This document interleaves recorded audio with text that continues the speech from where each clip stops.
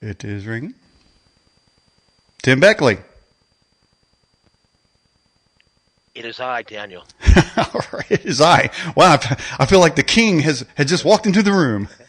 Yes, well, he has. How are you? How are you this evening? Outstanding, Tim. I tell you what, if I was any better, they'd have to clone me so there could be more happy people in this world.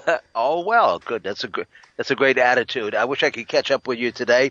If you hear some strange guttural sounds coming from me, I seem to have gotten some sort of stomach virus today. Winters are not easy on me. I'm here in Manhattan, and I don't know. It's just I wish I were somewhere tropical, but I can't. I'm not doing that at the moment. So I'm here and waiting to do a fabulous radio show with you and give you a good interview. Well, absolutely. And I tell you, we're in the same weather zone as you are right here in Indianapolis. So whatever. Oh yeah, our co-host of our Explaining the Bizarre show, Tim Schwartz, is in Jasper. Okay, I know where that is. They're famous. They're famous for remanufactured engines and transmissions down in Jasper. Oh, good.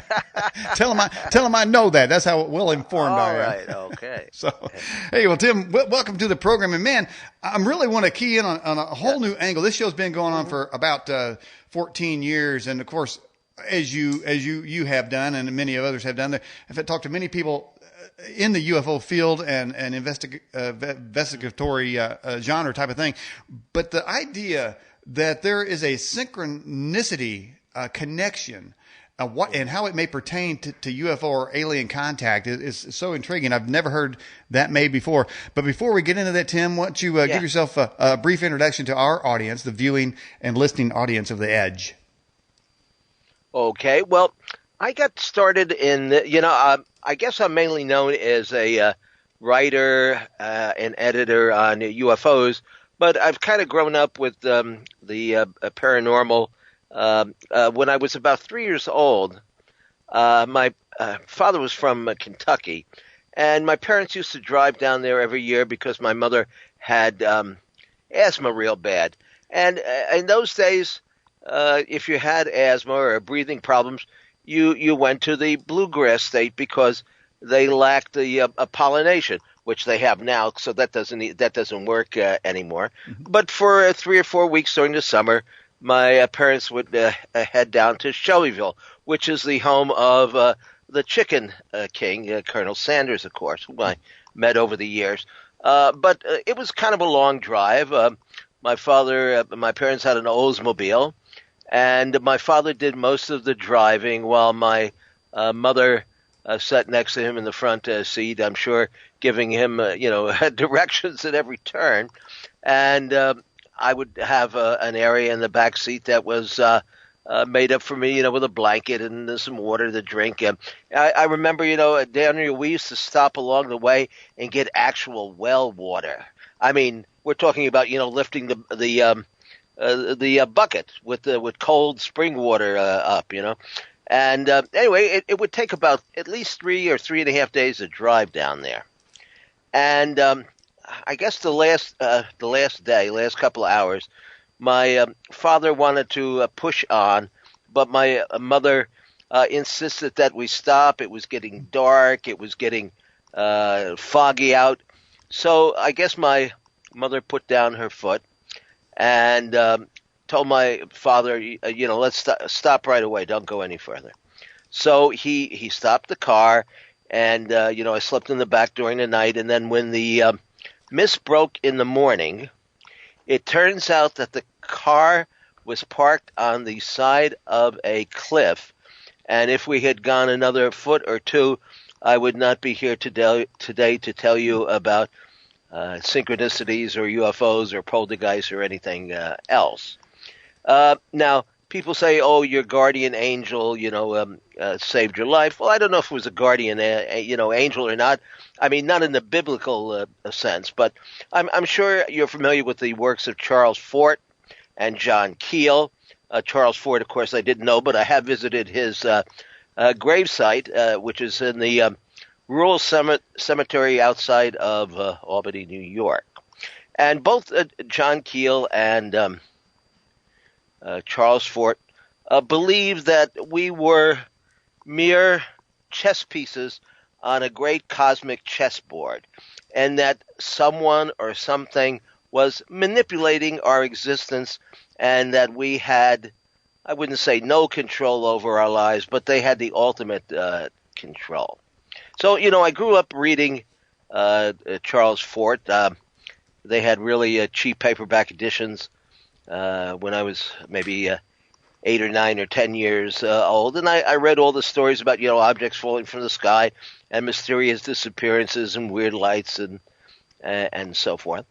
And I lived in a house in New Jersey that I guess you could say was haunted. There was some poltergeist, but not in the sense of violent poltergeist like we've written up in our book that's coming out next week, Amityville and Beyond.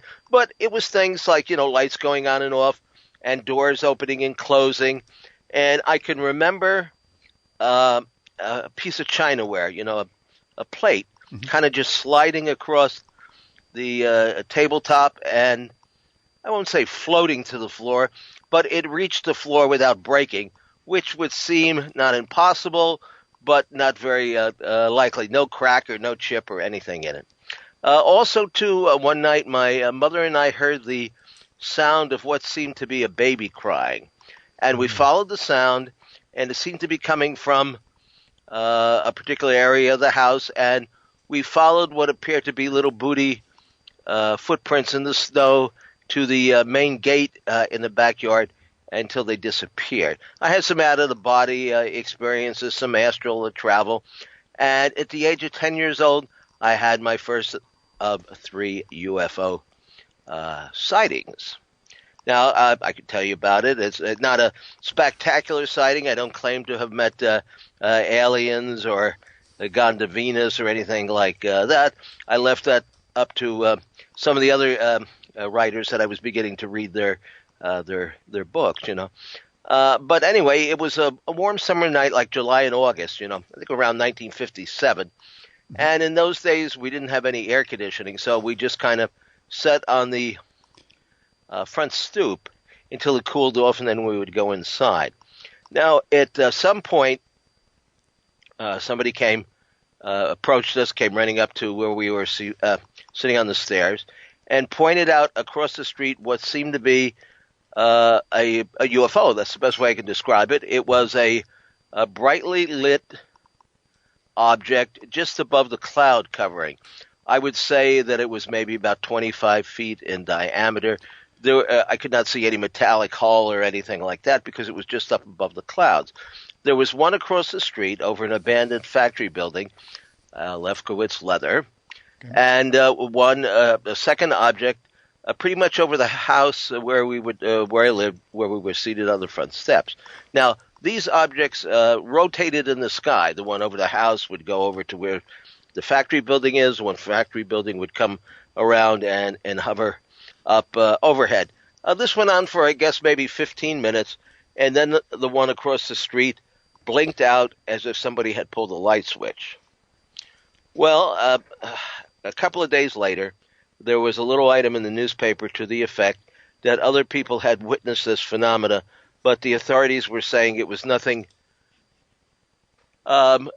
it was nothing unconventional. It was like a weather balloon.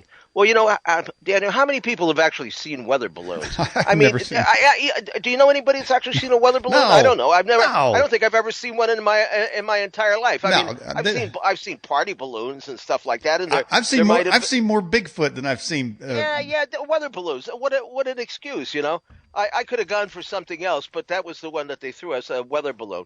And I knew even at the age of 10 that this was something that seemed to have some degree of intelligence about it. It was not something that was bobbing and weaving in the air currents. So I began writing letters and pestering. In those days, letters to the editor, to your local newspaper, were big. There was no internet then, right. Of course. So you dropped a dime or whatever the postage was, and you sent the editor some harsh comment, and maybe some other people would respond. I've done that. Yeah, and somehow I became pretty well known in that area of New Jersey as the local UFO um, guru. Now, Guru. what did I think UFOs were? Over 50 years, I figure I have the right to change my opinion several times, right? I mean, 50 years is a long time to be doing this. We all thought, or pretty much all of us thought in those days, that UFOs were simply interplanetary craft, objects coming here from perhaps other planets in our solar system, which seems very unlikely now. But there were individuals known as UFO contactees with names like George Hunt Williamson, George Adamski, Howard Menger, who claimed that they met kind of like Aryan space gods. I always say that these beings look like they stepped off the set of a TV soap opera. Almost very their hair perfect, their chiseled faces, and so forth. It was not a multi cultural universe in those days. They all looked pretty much the same. And they all talked about, a utopian world and how the planet should learn to live in peace and we should give up our use of nuclear, weapons. Mm-hmm. And they even supposedly took some of these individuals for rides. Now, that was what we would call or was known as the fringe element or the lunatic fringe. There were serious researchers who did not take those stories at all seriously. I found them interesting, to be honest with you. I wouldn't say that I actually believed in any of them, although I did have some personal experiences with Howard Menger, which led me to believe that something pretty weird was going on around his property in High Bridge, New Jersey. Then on the other side of the aisle, we had what we call the serious ufologists, or the nuts and bolts guys, which actually are diminishing in number today as more and more ufologists tend to lean towards the paranormal explanation of this. So the major spokesperson was Major Donald E. Kehoe. He was a retired Marine who had been, I think, an associate or bodyguard for Charles Lindbergh. And he had started an organization called NICAP, the National Investigations Committee on Aerial Phenomena. And they pressed pretty hard to get Congress and the Senate to look into the UFO data. In other words, they were the first disclosure group long before any of the disclosure groups of today. But just like the groups of today, they didn't get very far. And at the age of 14, I went out and I bought my first printing press. It was a Gestetner mimeograph machine. And I started putting out a newsletter. It was called the Interplanetary News Service Report. Wow. It started out as 10 pages with a circulation of 75. And before I combined it with a more professional publication, the publisher of whom hired me, paid me actually to be managing editor, we were up to 1,500 subscribers, and it was 50 pages. In those days, there was no easy way to collate them. You took the stacks of paper, Daniel, and you put them around the living room on the top of the sofa, on an ironing board, on a chair. You went around, from pile to pile, and then when you got to the end, you stapled it. And it was actually a labor of love. You could say that, but we did put out a good publication, and we did get a lot of recognition at the time. And over the years, I went on to become editor of 30 different newsstand magazines. I was a stringer for the Inquirer before they got into their it was a previous publisher. It was nothing like it is today. They ran a lot of UFO reports and stuff, a lot of which I was responsible for, and they did document the reports. Believe it or not, people say, oh, they made up the stories. No, if I went out and I interviewed somebody, I had to present them with a copy of the tape of the interview. They were not taking my word or any other reporter's word for anything. And then I edited UFO publications like UFO Review, which was the first official UFO newspaper. I wrote a column for Ray Palmer's Flying Saucers magazine, and I became editor for 11 years of UFO Universe. which had an international circulation of about 50,000. Okay. And we went on for 11 years with that before the bottom of the magazine publishing business just fell apart. I mean, it was just the publisher I was working for had 40 different publications. And I woke up one morning and there was a message on my answering machine. No need to turn in the next issue. We're moving to Florida. Wow. Yeah, well, that's what it was. You know, Yeah. I mean, it just little by little, nobody was, they were reading People magazine maybe, and they were not digesting full-scale magazines, with a few exceptions today, of course. It's pretty hard to find anything in this field to read that isn't on the internet. And then I started back in the late 1960s. I had one of the first metaphysical centers in the United States. I organized the New York School of Occult Arts and Sciences, and we had just about everybody that you could mention on the way up in the paranormal who spoke for us and gave workshops and seminars and all. So, and now I have my own publishing company. We've got about 269 books, I think, all available on Amazon. You know, I haven't written all of them, but we've got a team of writers and researchers, and everything from UFOs to cryptozoology to Nazi UFOs. We got a little bit of everything. Let's put it that way. So Right. I've kept very active, even though I'm officially retired. I still put out 3 books a month. Wow. And it's a lot of work, but I love doing it, and I love the exchange of information with other researchers, and of course I do my own podcast, Exploring the Bizarre with Tim Schwartz, and it's all a good thing. Yeah. Well, I'll tell you what, Tim, man, you just sound like a prolific writer, and I've had a number of your books in our background already as you were talking. But you're talking about the Conspiracy Journal. Do you have do people contribute stories to that? And if they do you investigate whether or not they are true? No. Well, let's see. Now, there's 2 versions of the Conspiracy Journal. Tim Schwartz does the online version. It comes out every weekend, and it contains the best information from the internet and from researchers who feed us material. I'm not a hardcore conspiracy buff. People have been trying to convince me lately that the Earth is flat. I think that's total nuttiness. No, it's a cube, man. I don't even know why somebody even think that. And there's all these bizarre conspiracies out there, and everybody's entitled to their own opinion. But no, we present the information, whether it's our book publishing or our newsletter. We present the information. We document it as much as possible. We go to as many so-called authorities as we can, and then we let the audience decide what they want to believe. That's why part of our company is called Inner Light Publications, because we believe that everybody has their own path, to finding the secrets of the universe and so forth. Okay, all right. We've had a few questions come in while you were giving that intro there. This question is from our live chat from Abducted. Wants to know. The question, I'm sure you've filled it 1,000 times. What are the UFOs doing here, and what do they want? Well, if we knew that, we probably wouldn't be on this podcast, and I wouldn't be publishing all this information. I don't think that we know too much more than we did 50 years ago.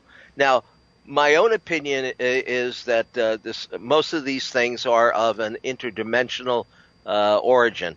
I think that we are part of some sort. Well, this ties in with the synchronicity. That we are part of. I put it in simplistic terms. Part of some sort of matrix. That we're in a giant bubble or a giant capsule or a giant computer, and somebody, I would say somebody has their hands on the control, but I don't think it's that simplified. It could be that the controls were programmed a long time ago. Mm-hmm. I also think that a lot of the phenomena, especially in the early days of the of UFO sightings, can be justifiably said to be of earthly origin. Mm-hmm. I've been doing a lot of research recently. We've got several books out on Admiral Byrd and the Hollow Earth. We have a book that came out a month or so ago called Nazi UFO Time Travelers. I believe that some of the events that took place, including the so-called crash at Roswell, New Mexico, were earthly built crafts that the German engineers were responsible for. If you remember, this was around the time, 1940, right after the war, that under Project Paperclip, the U.S. government let in over 5,000 Nazi. We're talking Nazi. We're not talking, just German citizens. We're talking about Nazi engineers, people like Walter von Braun and Hermann Oberth, and that some of these things that were going on. In fact, well, some of the UFO occupants actually talked with a German accent. So now Reinhold Schmidt is a case, an example of this. He was a Nebraska grain buyer, and he was driving, at night, going on to his next, meeting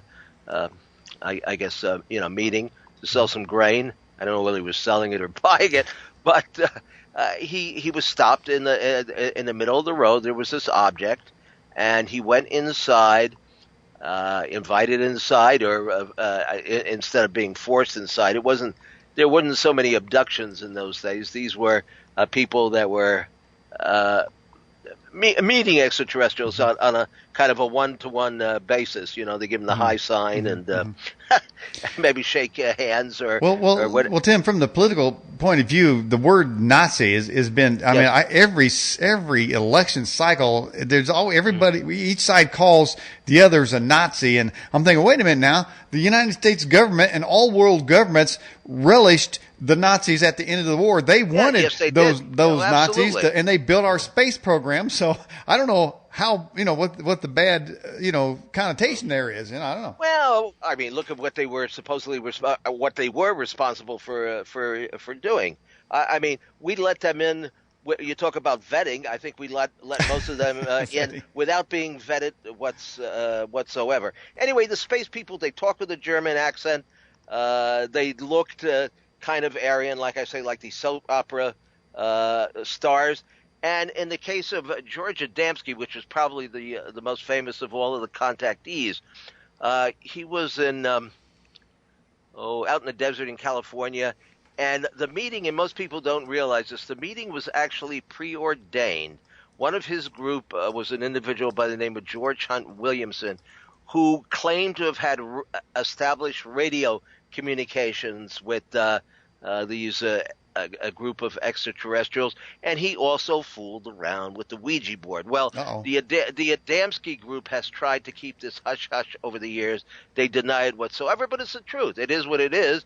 George Hunt Williamson, has about 4 or 5 books out. We've reprinted some of them and added our own material. Anyway, in the case of George Adamski, most people know the story. He wandered off maybe a quarter of a mile away from the group. There were 6 or 7 witnesses who watched him through binoculars. This scout ship of some sort was seen to hover. Somebody came out of the craft. He was, an exceptionally good-looking extraterrestrial, one of the, like I've described. And after he left, they went to the spot where this being had stood, and there were indentions of his boot prints in the ground. So George Hunt Williamson took plaster of Paris and made a cast of the boot prints. And lo and behold, you can find this in our UFO Time Travelers book, or it's on the internet. Inside the boot was the markings of a double swastika. So why would an alien from some – I mean, I know the cultural reference and the occult significance of the swastika going back to India and so forth. But it doesn't seem likely that Orthon from the planet Venusian would have this imprinted on the bottom of his boot. I don't know. It just seems very, very strange. So I think that these early sightings, and maybe even going on today to some degree, were caused by these Germans who had been in contact with this group of extraterrestrials or interdimensional beings, or whatever you can identify them as, going back as early as 1919. They had a group of 9 mediums, all women, who met in a ski lodge, and they would channel this information about how to build spaceships, basically, and the devices look like the flying saucers that George Adamski and others claim that they photographed and actually went into. So now, okay, people ask, well, why the cover up? Well, I think the cover up was engineered for a good reason. Now, if you check back in the, like I say, early 40s, early 50s, of course, the government denied that UFOs were real, Mm-hmm. or at least most of the government officials did, and the few that believed in them seemed to push their existence in the area of extraterrestrials. Yeah. There were General Twining, I think, put out a release and said that they were not optical illusions, they were not atmospheric phenomena, they were not meteorites, and so forth. Well, I do believe that some of these generals and some of these military men thought that they were being patriotic. Instead of saying, yes, we have these devices and they're being constructed here on Earth by Nazis bought here under Project Paperclip. If you have to believe in UFOs, please, please, please believe that they come from some other planet so that we don't look, foolish. Yeah, that's my opinion on it. Okay. And then I think All right. the bulk of them today, it's a paranormal phenomena. Mm-hmm. Once you've had a UFO sighting, and this is something that most people don't realize unless you've got your foot in the door, so to speak, is that once you have a UFO sighting, chances are other strange things are going to start happening around you. Oh boy. I was thinking earlier in your intro when you said that the poltergeist was moving a plate around. Look, man, I got a cabinet full of brand new Fiesta ware. And if the poltergeist mess with that, I'm going to go and get one of them Ghostbuster boxes and I'm going to cross stream on their butt. Okay. So they better leave my Fiesta ware alone. All right. Well, here's a couple more questions real quick for you. All right. It says, now I guess this might be a facetious question, but let's just go with it anyway. It says Donald Trump is giving ultimatums to Iran. Will he give an ultimatum to the ETs to disclose themselves?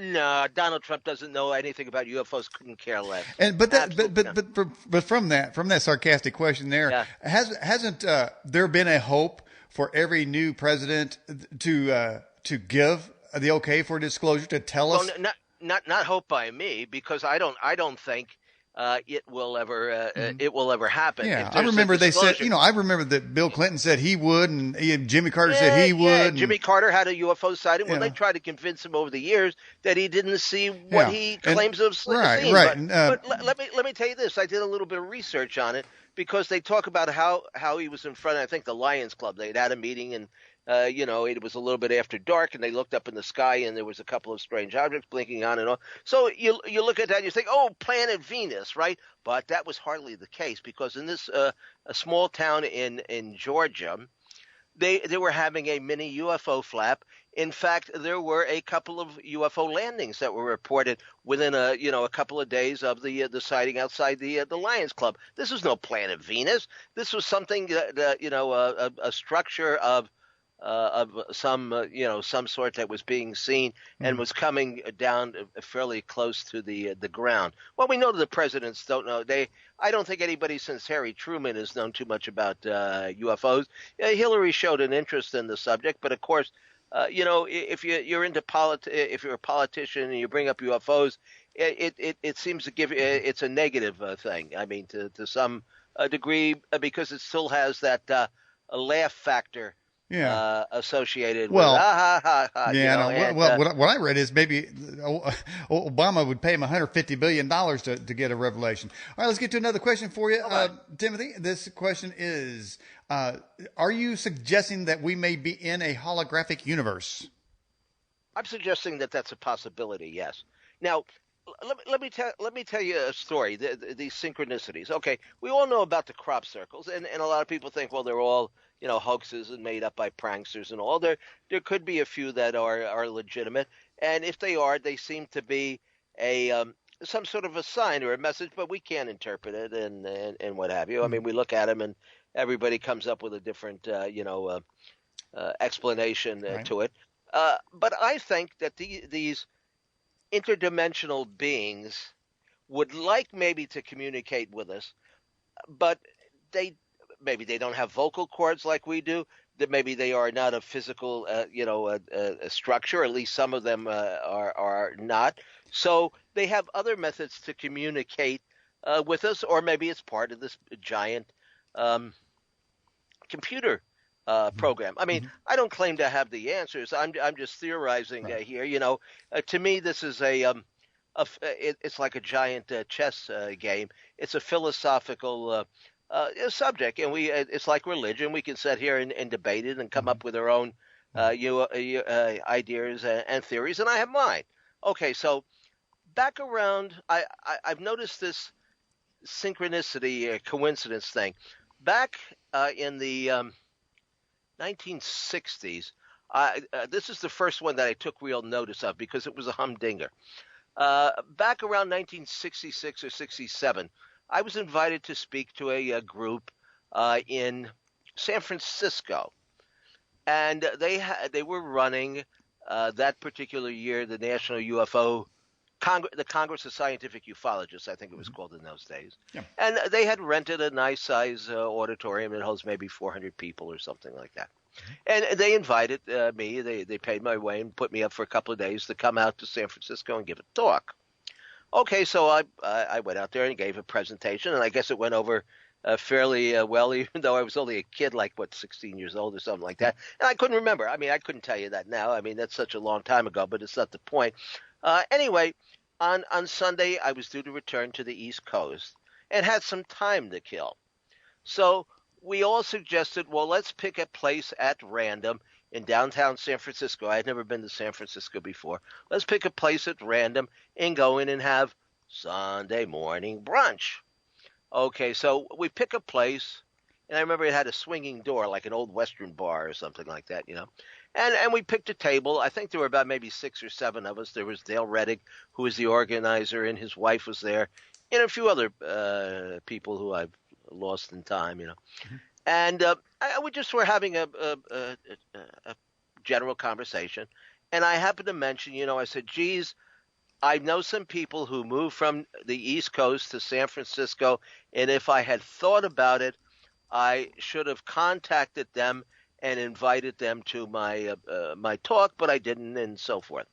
Okay, and I happened to mention how I like this one particular individual who used to lecture for us at the Occult Center. His name was Alan Vaughn.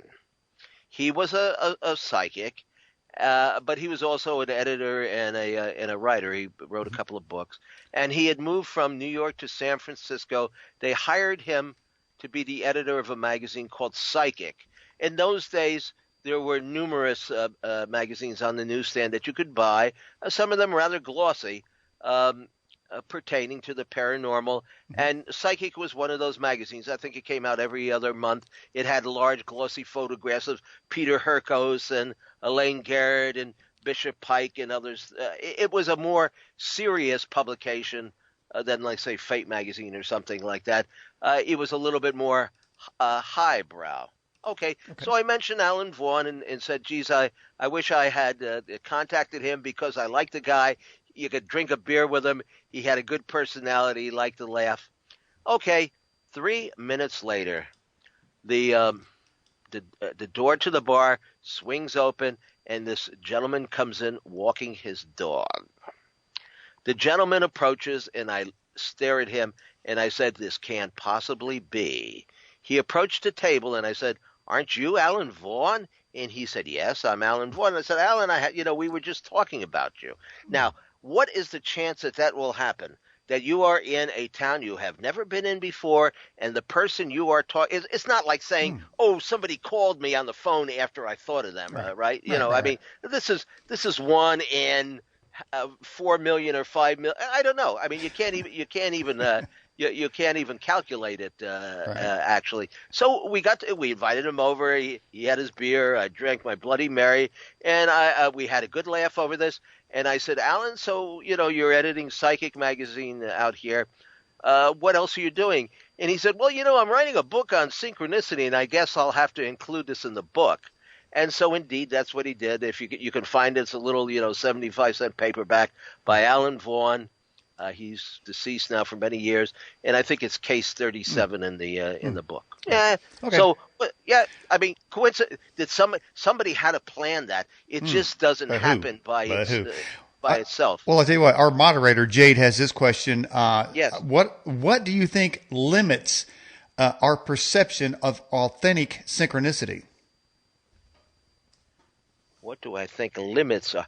Well, now we could come at that from two directions. We could say that people, if they have these experiences, don't note them because they're not tuned into this like I might be or you might be. So it passes them by. Or maybe some people it does pass by because it's just not aim for them. Mm-hmm. I mean, I think that if there is two people, Philip K. Dick, if you go to the YouTube and there's a 5-minute talk that he gave before a science fiction convention in France, in Paris in 1977, and he talks about his experiences with the Matrix, which the Matrix was not named in those days, and things that had happened to him. And the people in the audience who, of course, are clones of Isaac Asimov or some other, a science fiction writer who really are not future thinkers or far-reaching in their thought. It's all got to be scientific in principles. Anyway, they looked at him like he was mad, and he was basically mad to some degree, but he explained some of this rather well. Also, John Keel, and there's another fellow by the name of John C. Lilly, who claimed that he actually spoke. He was a scientist. He claims that he actually spoke to dolphins and to aliens while he was on Special K. There's another name for it. Yeah. But, well, Tim, let me get back to this follow-up question then. Can synchronicity be a personal development tool? And if so, what are the benefits? Can one train oneself to observe or be aware of synchronistic events? Okay, well, I don't know what the purpose of it is. And I would say no. I don't think you can train yourself. And I don't think that it has any particular meaning. And let me explain what happened to us just a couple of days ago. Wait a minute. Have you ever heard of a guy named Freeman Fly? He's on the net. He's got a pretty big following. Maybe. I believe he claims that he lived 3 or 4 years and maybe even continues to live a synchronistic life in that he is able to observe and let the synchronistic events lead him into the life path that he should be on. Well, that's a possibility, but I don't know. I don't get any clues to that. All right, let me tell you this story. 3 or 4 days ago, I'm with my friend and associate Maria DeAndrea. We've just finished this book, Amityville and Beyond. She did a chapter in it. She's a medium, and we had done some research on a poltergeist case in New England, where a witch had apparently cursed this town and sunk a ship and so forth and so on. So I go down to Atlantic City maybe every month or so. Don't gamble. I just like to get out of town, and when you get on the bus in New York, it's about a 3-hour ride down there. And when you get off the bus, the casino has somebody meet you, and they give you a voucher. In the old days, they used to give you quarters, right? Well, there are no machines that use quarters anymore. They give you a voucher, and you take it over to the cashier, and she puts it on your membership card where they know everything about you, where you live, the usual stuff. But that's what you get when you get your $25 voucher. Okay, sometimes we get the voucher and we don't even use it because, to me, other people enjoy gambling. That's fine. I never win, and it bores me to tears. But, it's something to do for 5 minutes. How long is a $25 voucher going to last you on the slot machines? Not very long, right? Okay, so we get in line to get to hand in our vouchers and get our cards updated. And they're playing in the lobby house music. I mean, it's not programmed by the hotel or anything. It's like Pandora, or who knows where it's coming from. I would call it elevator music, except we're not in an elevator. We're in the hotel entranceway. Maria and I step up to the cage, and what do they start playing but Ghostbusters? Well, what are we? We are Ghostbusters. We had just finished this book. Oh, and I forgot to mention, 2 minutes before we get to the hotel, we're on the bus looking out the window. There are on the roof a statue on one of the other little bed and breakfasts.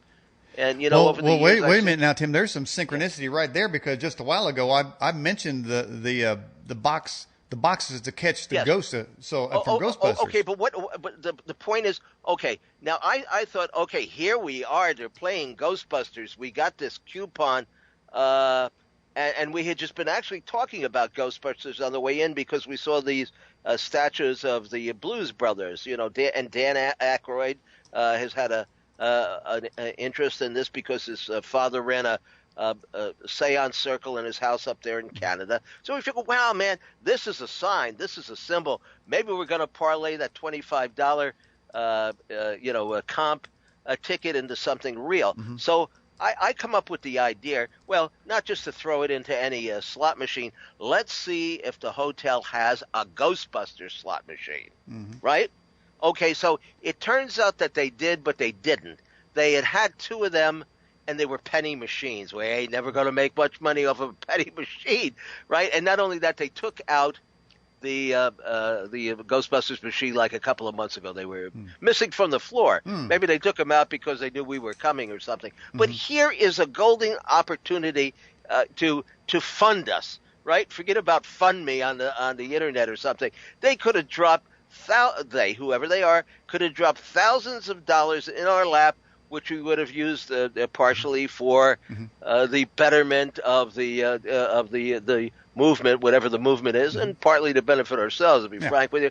But no, the $25 comp disappeared in the twinkling of an eye. So it was a setup, but there was no setup, and there was no what's the word I want to use? There was no conclusion to it. There was no finalization. And that's the thing with these synchronicities. They happen to me all the time. I mean, I got enough to do a book, but what does it mean?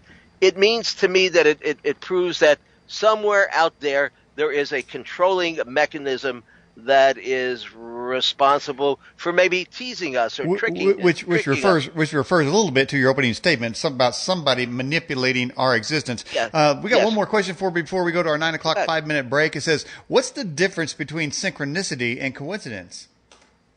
Well, I would say synchronicity is a stronger thing than coincidence. A coincidence could be, I thought of Daniel, then he called me on Skype to ask me to be on the program again.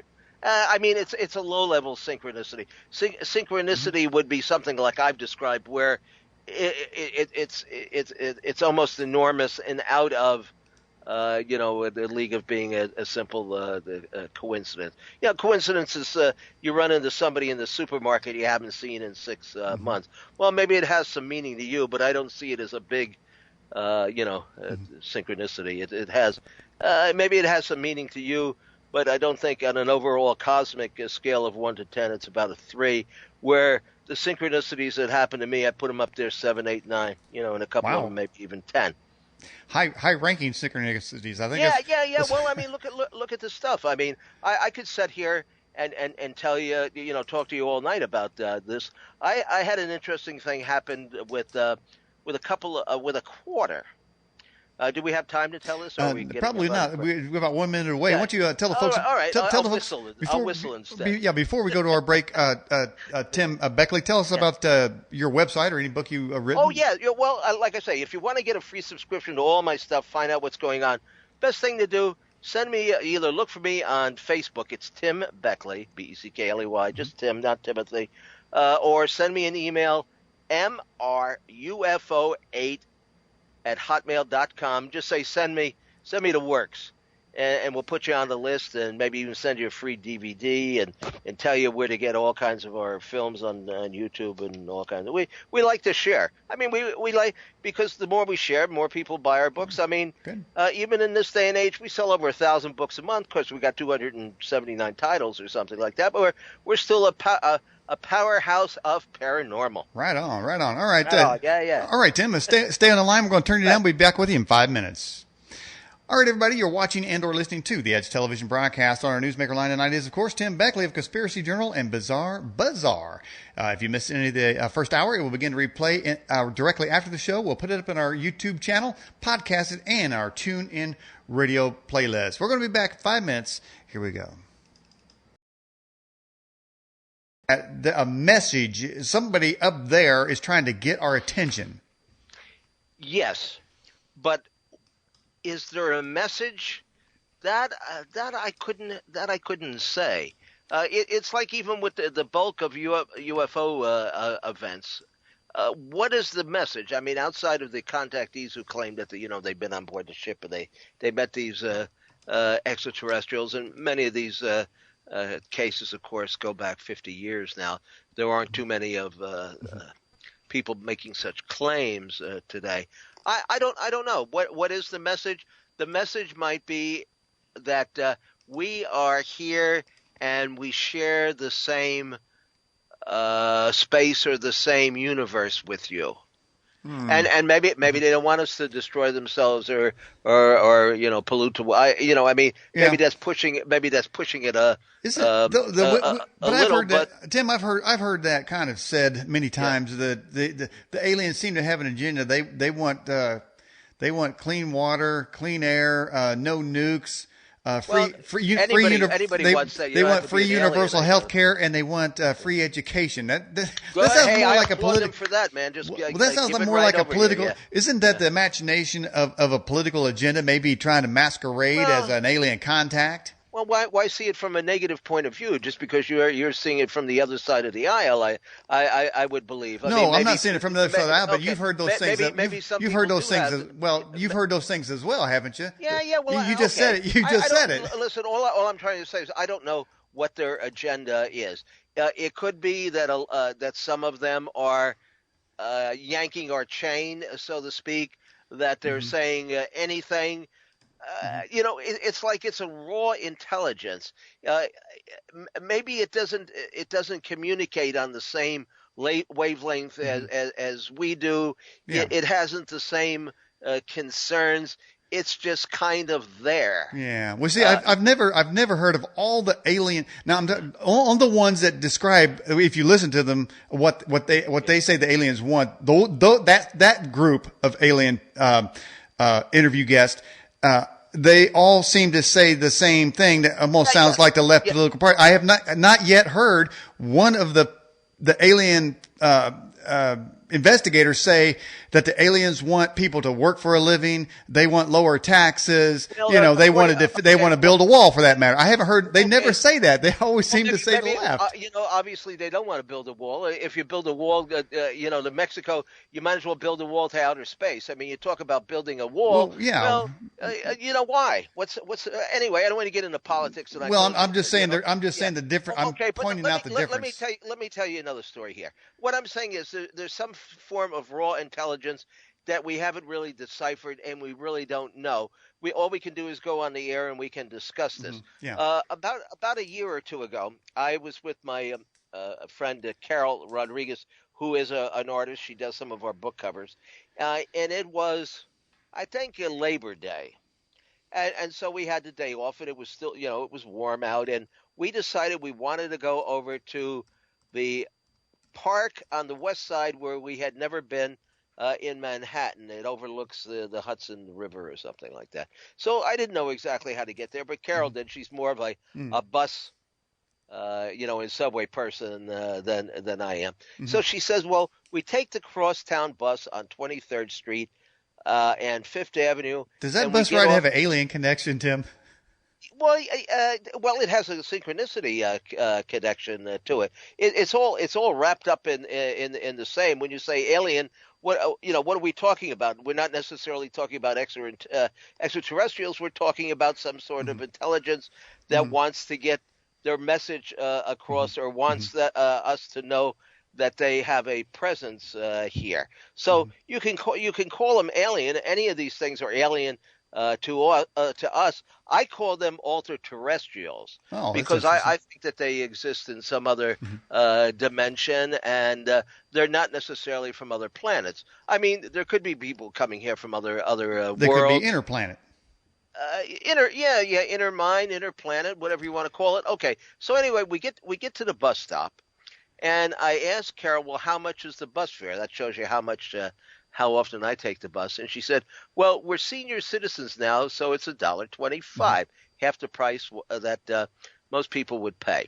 So I had in my pocket a little change purse where I throw quarters and dimes in there, so I don't have to dig into my pocket and look for change at the last minute. I pull out what I think are 5 quarters, and I go to throw them into the change machine, the hopper, that sucks up your money. And Carol says, "Oh, they're not going to take one of these quarters. It's Canadian, and they don't accept Canadian coins. It won't go through the change machine there." Mm-hmm. So okay, so I had the Canadian quarter, and I went back into my little purse there to look for another USA quarter. But I said to myself, well, what do I do with this Canadian quarter? Do I throw it in the trash? No, it's a bus stop, so I leave it on the bench where people sit, waiting for the bus. Did you I say you figure, had a well, Tim? Did you say you was carrying a purse? yeah, a Would little you thing, wallet, a little thing that anything you you'd like to put. say on this in this program?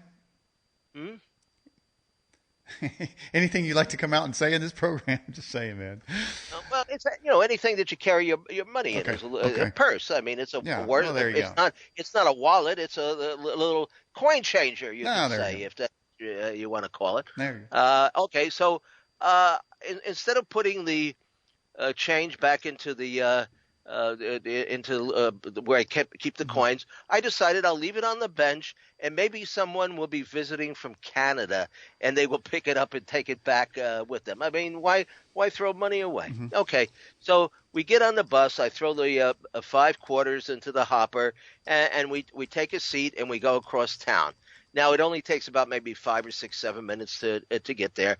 We get off the bus, and lo and behold, as you step down a couple of stairs, on the sidewalk where a bench would have been if you had the bench, was a shiny quarter. It was an American quarter. Now, what are the chances of you leaving a Canadian quarter where you got on the bus and finding an American quarter when you get off the bus and step on it? I mean, but what Well, is the that was obviously dropped by an alien who had been Well, watching I your don't whole know. situation. I don't think it was dropped by. I think it's more programmed than that. It's Okay. not dropped by an All right. alien. All right, Per Tim. se. Let's get to this question from Canada. Okay. The question is: Yetis, dragons, and flying whales. This person claims to have seen one. Actually, do they all seem to come through, or do they all come through the same portal, or do they each have individual portals to their own particular dimension? Okay. Now this person has seen Yetis, Has seen flying whales. flying whales. Well, now That's a new one on me. That's a new one on me. I have to say. Mm-hmm. Do they all come through the same portal? Yes. Well, I don't think it's. It would seem what we call them window areas, Mm-hmm. or zones of activity. And some of these window areas. Well, I think the first person to alert us to this would have been John Keel. He wrote the book, of course, which was So made is into a that yes movie. or no? Do you think they are or they aren't? Well, I don't know. I don't know for sure, but it does seem like there's a simultaneous activity all in one spot with Yeah, different kind of types like of phenomena taking place. like the Indians call it a thin place. All right, look All at right. this question But from. whales, I couldn't comment Okay, on. let's Maybe get to you this come question from All right. Philip in Georgia. Tim, is there Yes. any part of the paranormal or UFOs that actually creep you out? Well, some of the abduction cases, if they were true, If they were true. I mean, they're just the idea that somebody can take you and Is the probe Is the you. Walton story true? I would say that I give that a good chance of being authentic. And Betty and Uh, Barney Hill, is that true?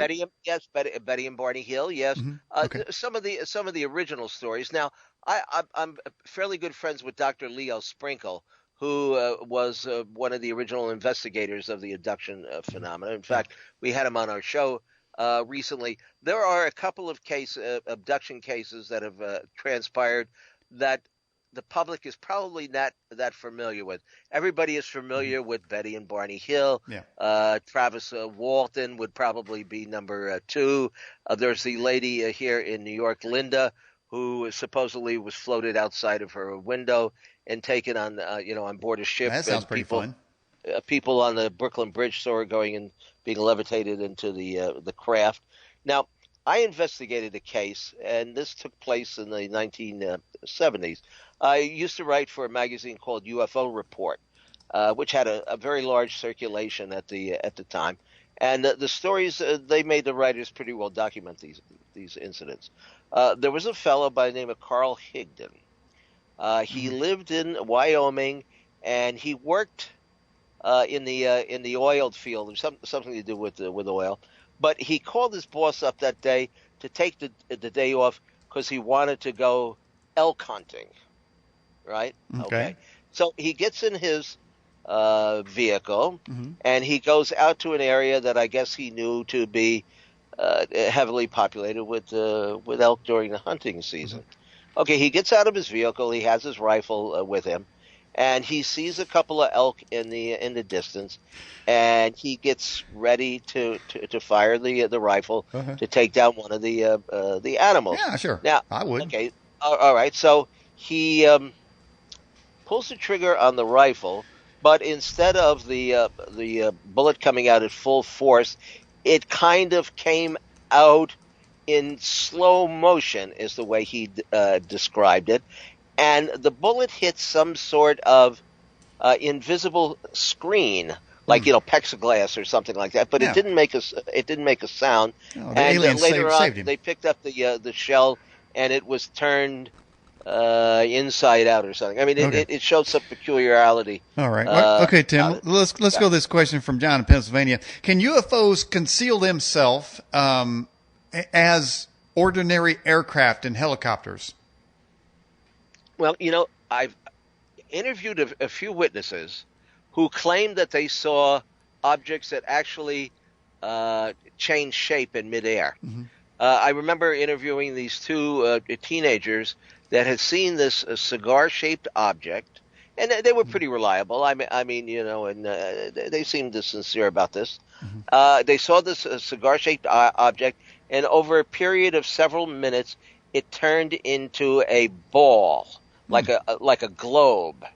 And well, in fact, this case that I was just starting to tell you about, one of the things that happened, he saw this craft in the distance back where the elk had been that he was shooting at, and in front of this vehicle was a creature or a being of some sort that had crew cut hair, almost looked like a punk rocker, but this was not during the height of the punk rock era.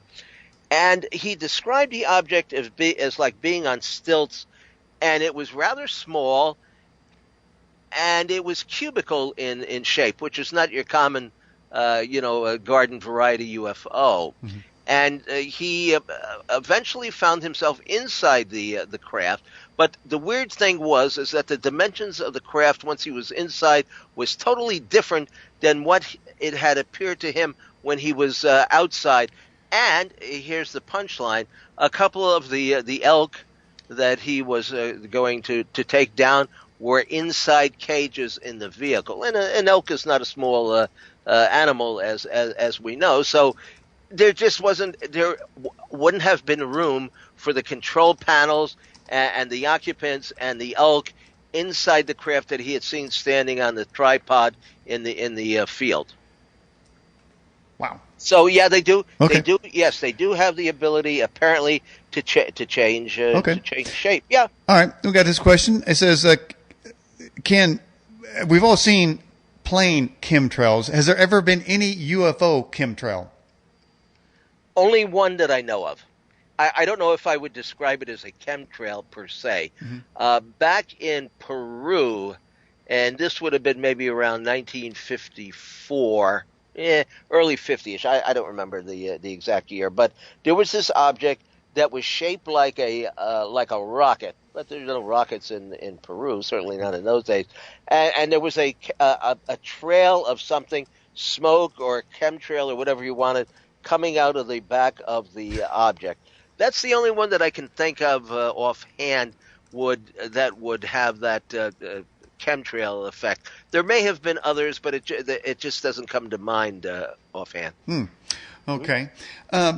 When dealing with the aliens, have you yourself attempted to contact them?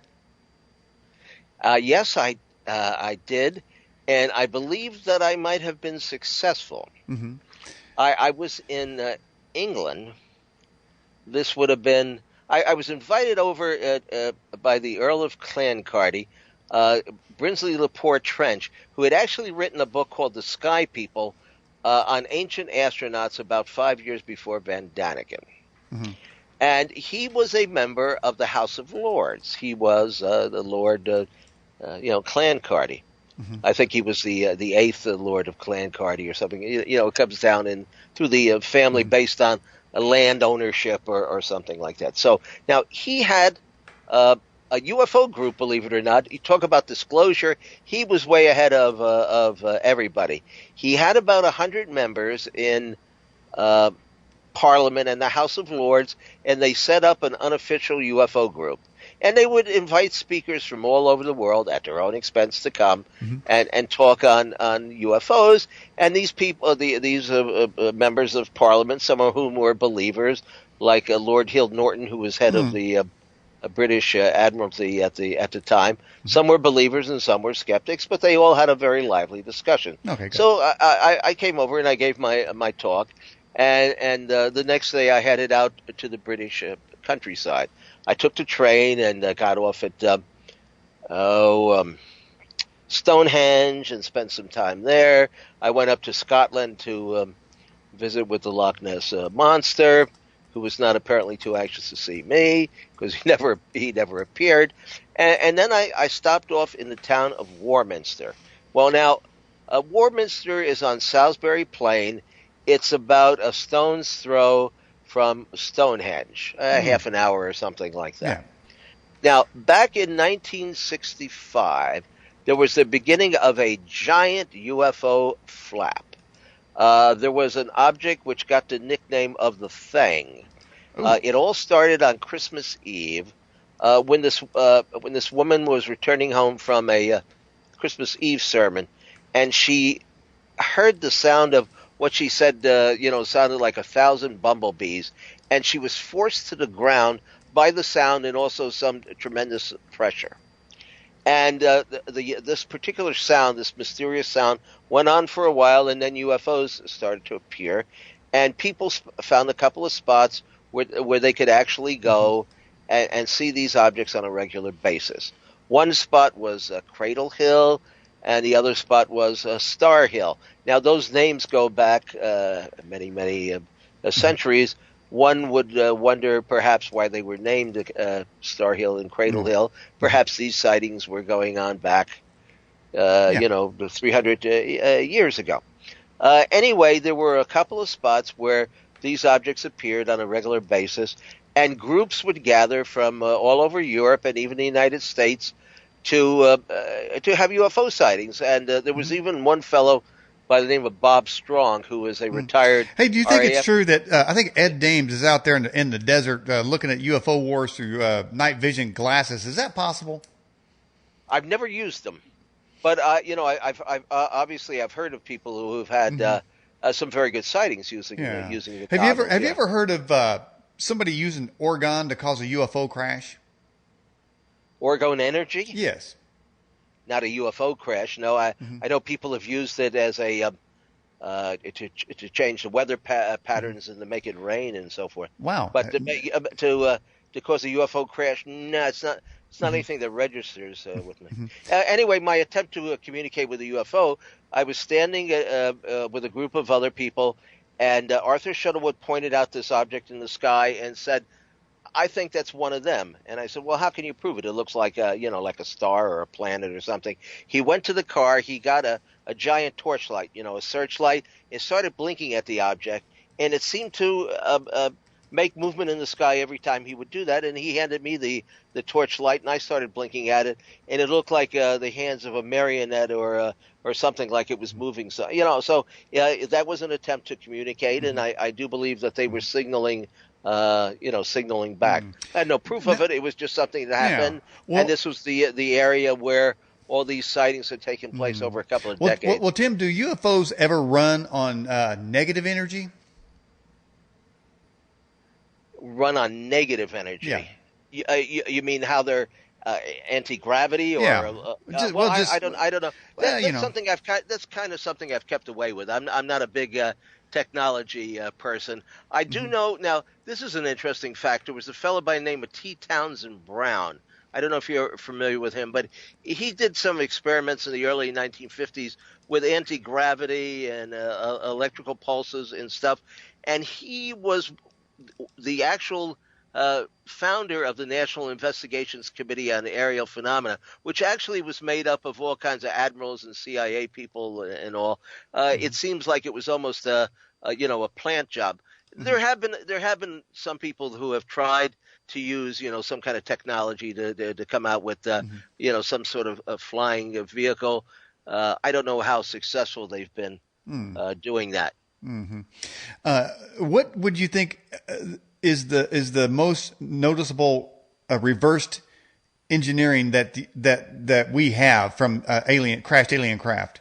The evidence of it, would it be an iPhone? Would it be what would it be? The internet? Anything? Well, if you believe that that's the case, I've never seen any tremendous amount of evidence for that. But in the case of Roswell, whoever, well, do you think that the level of human intelligence and inventions just graduated on its own, or do you think there was help?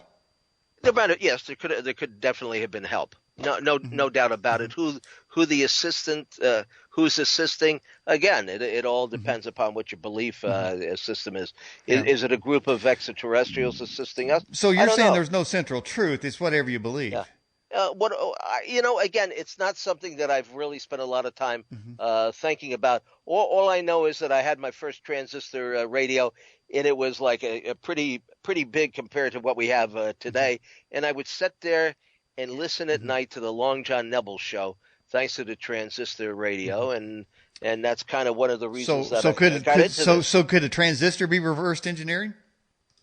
Possible. Of course, people who claim that they invented the transistor or developed it say that that's nonsense. I don't know. Again, it's not something that I've really spent a lot of time. Now, the fellow to ask those questions of would be Bill Hamilton. Bill Hamilton did a lot of research, with scientists that worked at Area 51 and engineers and things.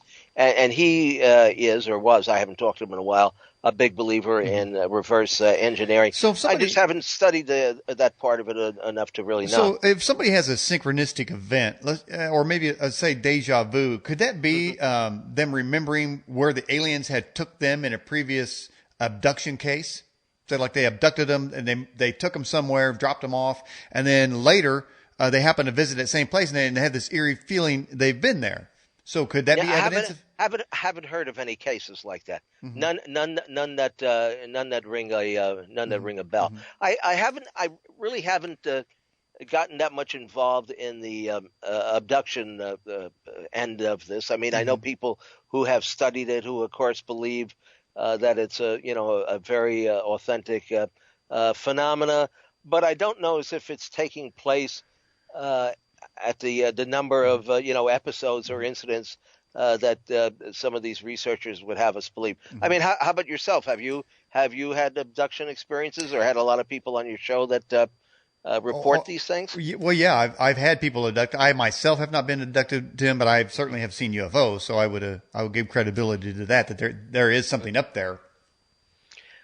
Now we had a guest on our show, Ray Hernandez, who actually has an organization that was started by the late astronaut Edgar Mitchell, and it's about the study of consciousness and the abduction phenomena. And they have now given questionnaires to 2,000 abductees. Now, these are not people who have remembered things under hypnosis. These are people who have had conscious experiences. And out of these 2,000 people, he actually has statistical information as to what these people experienced and what type of humanoids or beings that they might have met and so forth. So I don't put down the subject. Other people have done a lot more research on it, certainly than I have. Like I say, there are some of these experiences, like Betty and Barty Hill and Travis Walton, and my friend Peter Robbins, whose sister Helen Wheels had an experience when the two of them were both teenagers. I don't know if you've talked about that with him on the show. Yeah. Hey, hey, listen, Tim. In my background, I have the Nazi UFO time travelers cover. Would you say that we owe our future to the Führer?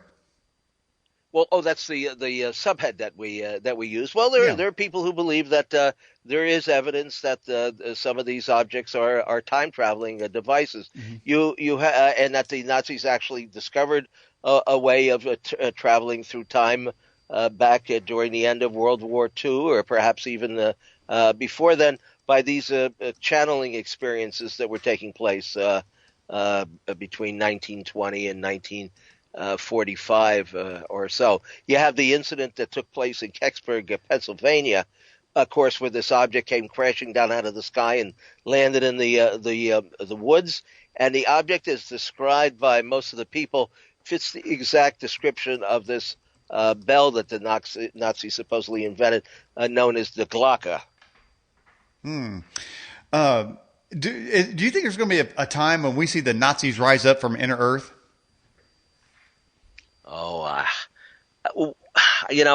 We have a book coming out about Admiral Byrd, and there's a lot of strange things about his life that people are not familiar with. He went to, of course, the South Pole, and he was supposed to be down there. He had all kinds of government financing, and they went down there with all kinds of aircraft and ice breakers and so forth.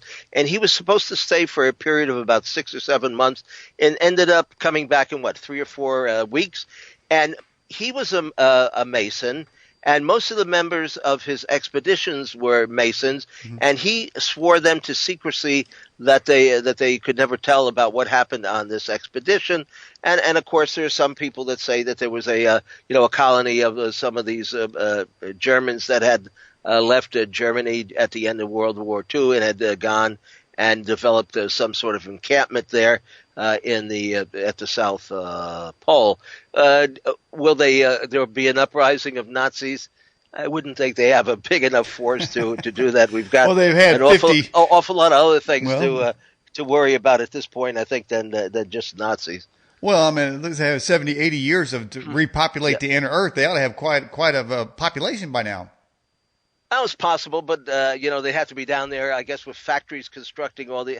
I don't know. I just don't see it. I mean, there's some truth that they went down there and started the colonies, and from what we hear, if there are people living inside the inner Earth, they're not going to let just anybody down there to set up, like encampments, like you've described. I mean, that's what the story and the legends are about this.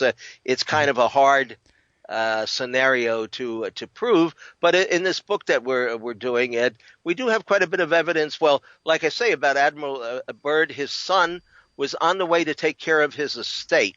After Byrd had passed away, he mysteriously disappeared. He was found 3 or 4 days later, either murdered or committed suicide inside a warehouse, well out of the way of where he was going to take care of the Byrd estate. Also, here's something that most people, I don't think anybody realizes, that the Texas book depository building where Oswald is said to have fired those shots, the building was owned by Byrd's cousin. All right, here's a question for you. Are the South Pole Nazis Aryans or all races? I don't know. I haven't met him. I, Would you like to? uh, no, not particularly. No, if I were going anywhere, it wouldn't be to the South Pole. So That's for damn sure. do you think that Admiral Byrd went inside the Earth? Uh, well, he And did describe seeing a paradise like no other. well, isn't We that the do. best? Isn't it the best evidence or Well, credible evidence that there is a it's hollow Earth?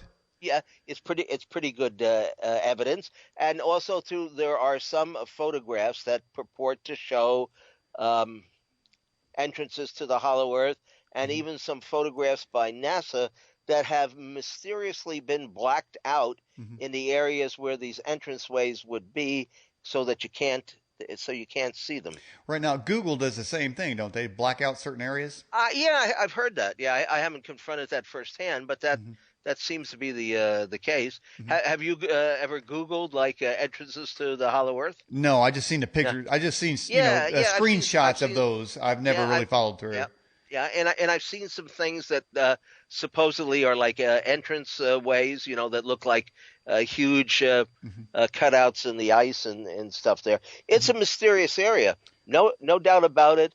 And why all the interest among all these governments, and why was Buzz Aldrin recently was taken out of there? He claims that he got sick, and John Kerry was down there, and he disappeared, there as well. I don't know. John Kerry? Yeah, the Secretary of State. Yeah. What's he doing Yeah, down yeah. there? But I don't know. I mean, it's a mysterious area. Uh-huh. No doubt about it. Maybe they were having a I don't know Frankenstein if I convention. I don't know don't if know. we'll ever be able to explore it, because all these governments seem to have Hmm. the inner hushed up So, about it, so and they Tim, have you're not seeing control of the area. you're not seeing disclosure going to happen, are you? No, absolutely not.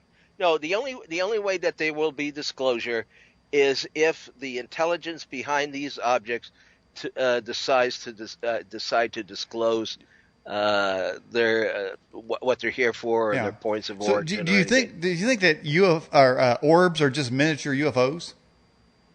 Some of them are, and some of them are just dust on the camera. I mean, why do they always have to be mile wide craft? Maybe they're just the size of Oh orbs. yes. Oh well, absolutely. Or why do they have to be craft at all? Mhm. That's what I'm saying. I mean, they have all these other ways of presenting themselves. Now, these orbs, they're not really it's not really a recent a discovery.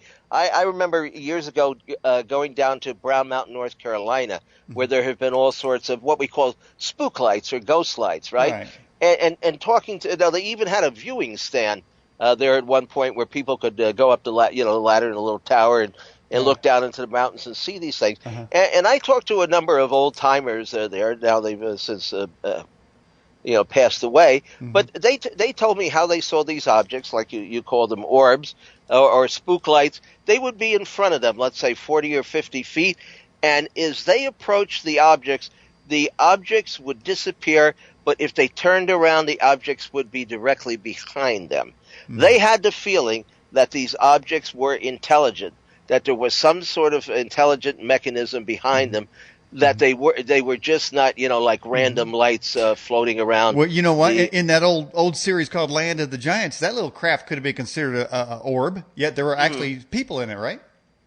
Well, there've been all kinds of reports over the years of a different type of phenomena, and these spook lights or ghost lights are Mhm. seen in quite a number of places. We've got Oklahoma, where they're seen on the border of Missouri.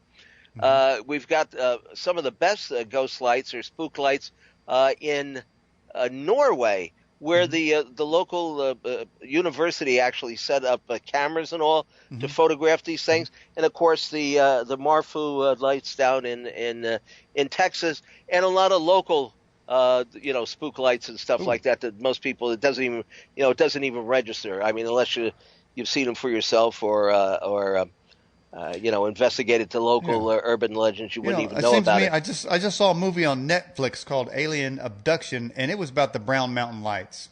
Yes, yeah. Well, that of course was, But I was going to say Hollywood, but that but wasn't now really Hollywood. in that Yeah. movie, when the alien abducts somebody, it snaps his back and Ah, folds a guy in two from and so I mean you can hear the snap, and I'm not thinking alien abduction is going to be a fun thing. no. Well, I wouldn't. Now that's an interesting question. And this fellow, like I say, Ray Hernandez, that worked with astronaut Edgar Mitchell. Now they came out and after interviewing 2,000 individuals who had abduction experiences, and they found that most people did not have a negative reaction to what had happened to them, or perhaps they had a negative reaction the first time, but over a period of time, if these abductions and contacts continued, it did not become that negative to them. Of course, now that doesn't fit in necessarily with the patterns discovered by Dr. David Jacobs or the late Bud Hopkins. Right. I mean, of course, they came out with a very very negative approach to all of this. I would say that you pay your money and you take your chance. Some of the people do have a spiritual experience out of this, and some people are frightened, to hell and back by the experience. And people have often asked me, would I go on board a ship if I were invited? And I guess I would, because what have I been doing this for 50 years, But I think my knees would be a knocking. Well, somebody claims in our live chat they've been abducted and said it was their worst nightmare ever. Here's a question for you. What was your favorite book to write? Ooh. Well, I have a book. Well, I have a couple of books, actually. One book is called Strange Saga. It's actually a reprint of all of my articles and columns going back to my youthful day. And then there's another one called Our Alien Planet, This Eerie Earth, which takes in some of this Fortean phenomena, and the fact that the Earth may be an intelligent entity on its own, and that there are other intelligences here. It kind of negates to a certain degree the extraterrestrial theory. Like I say, I mean, I can't prove that aliens are not coming here, but it doesn't stand to reason when you investigate all the reports and when you lay out the evidence in front of you. It's just too bizarre. I mean, I'm not saying that, like if we went to another planet, we'd meet and greet the aliens and have a drink with them and take them to Magna Carta or something like that. I don't expect, another race of beings to exactly behave in the same way that we would, but it's just their behavior is well, they need an intergalactic constitution. I'll tell you that. The aliens need an intergalactic constitution, I think. Here's a question for you. It says, what do you think about time travel? I think it's the distinct possibility. How much control we can have over it, I don't know. I mean, there have been a lot of instances where people have seemingly traveled, certainly back in time, but they didn't. They didn't like walk into a time machine or something like that. It kind of happened to them.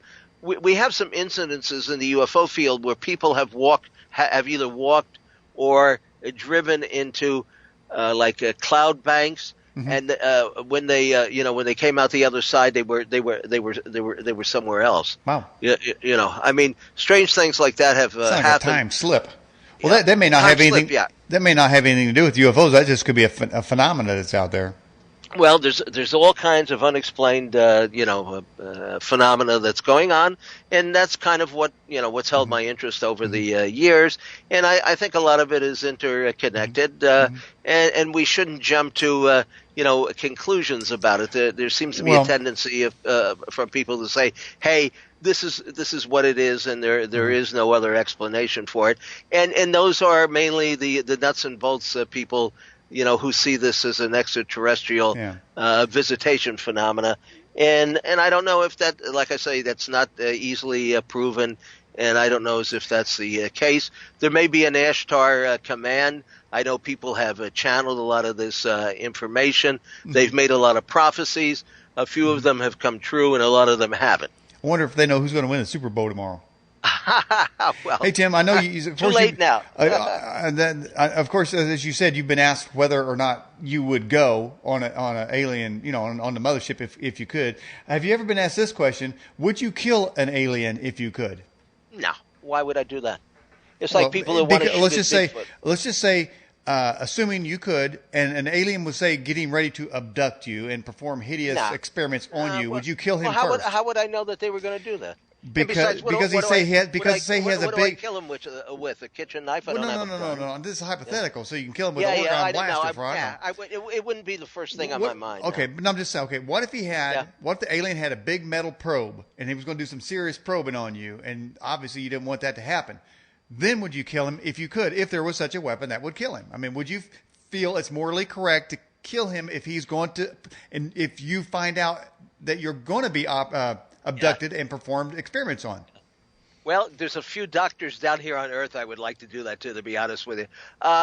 I suppose if you really felt that your life was in danger, but that sounds too much like a science fiction movie to me. Okay. Well, we've actually had on this program somebody who's been with the Planetary Defense Force that they say exists out there. Yeah. So evidently there's a space war going on. Have you ever got information that told you that there may be bases on Mars or the Moon? Oh, well, that seems to be, at least as far as the moon goes, that seems to be a lot of evidence for that. I mean, even going back hundreds of years with the discovery of or the invention of the telescope, astronomers have been seeing mysterious bridges and structures on the moon. Mars, of course, people thought that there were canals there for a long time, but that probably was some sort of optical illusion. And then you have the face on Mars, which is open to discussion, surrounded perhaps by some pyramids. I would say that the moon is more likely to hold some fairly interesting keys to the past. Mars, I think it's going to be a long time before we get there. I mean, they talk about being there, in 2037 or something like that. I know, ever since I was a kid, we talked about going to Mars, and we can't even make it back to the moon. I don't know. Well, wait a minute now. Conspiracy Journal, Tim, did we make it there to begin with? I would say so. Okay. I've met a couple of these astronauts, Gordon Cooper and Edgar Mitchell. Yeah, I don't think they're lying about it. Yeah. I'm just wondering.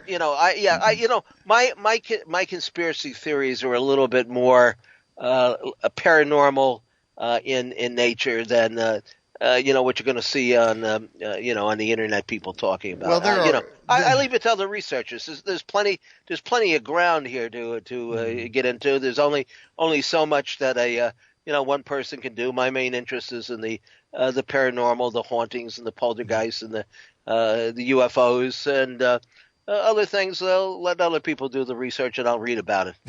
Well, that's still an interesting connection between the poltergeists and the UFOs. But there are those that claim that various governments have recovered crashed vehicles and living organic alien bodies in there. So I'm just wondering, is it that the aliens are mad because they know we got some of their people, so they decided to abduct some humans?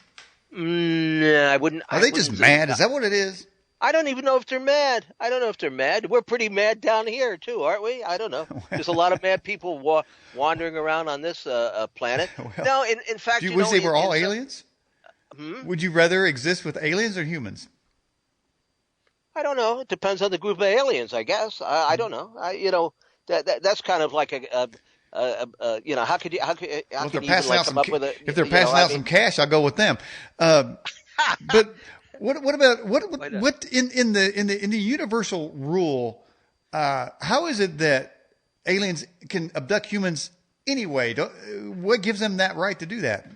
Well, I doesn't that speak of their? Doesn't that speak of their? What gives them the right to do that? And of course, there are some people like Ann Druffel who could say a prayer or evoke the name of Jesus, and the bad experiences will go away. Right. I don't know. I mean, maybe she would do that, but I've had more than one. I've had more than one person tell me that or make that claim on this show. I know I've heard it before, but I know Have other you ever people heard? who. You've been doing this a long time. Have you ever Yeah. heard anybody using the name of Allah to make the aliens go away? Well, maybe they do it to make the jinn go away. Okay, well, Because let's stick with the question though. the jinn would be the equivalent to the perhaps the aliens in their religious. Oh, okay. Okay, okay. Well, that's kind of spooky there. I mean, the jinn are Yeah, more or less spooky. Yeah. they're like kind of like genies, ain't they? Flying genies. Well, some of no. Well, it's a little bit more. Definitely It's a little bit spooks. more. It's a little bit more complicated than just that. Have you had Rosemary Ellen Guiley on to talk about the subject? Yes, we have. Oh, okay. Well, she's a lot more. She's knowledgeable on it. She's studied it for many years. But Hmm. that the jinn would be more the equivalent, I guess, to some sort of poltergeist phenomena. Yeah. I've communicated with some people on the internet who have who are Muslim and who have studied this, and Hmm. there are similarities between some of the poltergeist and ghostly phenomena and some of the experiences of the jinn. Hmm. Now, when we think of jinn, we think of Aladdin's lamp, which of Right. course is a fantasy story. I mean, Is it's it? not. Yeah, it is. I mean, yeah, the genie in the bottle and rub it 3 times and all that. If you got a jinn, you might as well have a genie, man. Come I on. guess so. What's the difference? I mean, if you, yeah, I mean, if you can have like, those creatures flying around in space, and there are drawings, ancient drawings of jinn flying around in some sort of vehicle, though, isn't there? Well, I was on. Bill Shatner had a show that was taped up in Canada called let's see, Weird or What I think it's called, and I was invited up to do a segment. There was an incident down in Mexico. I guess you're familiar with Jaime Maussan, who has Oh yeah. more alien stories than you could shake a stick at. There was an incident that he was purporting was real of an alien that had been skinned because it was thrown into a vat of acid or something, Oh, sick. and and was caught in a some sort of animal trap.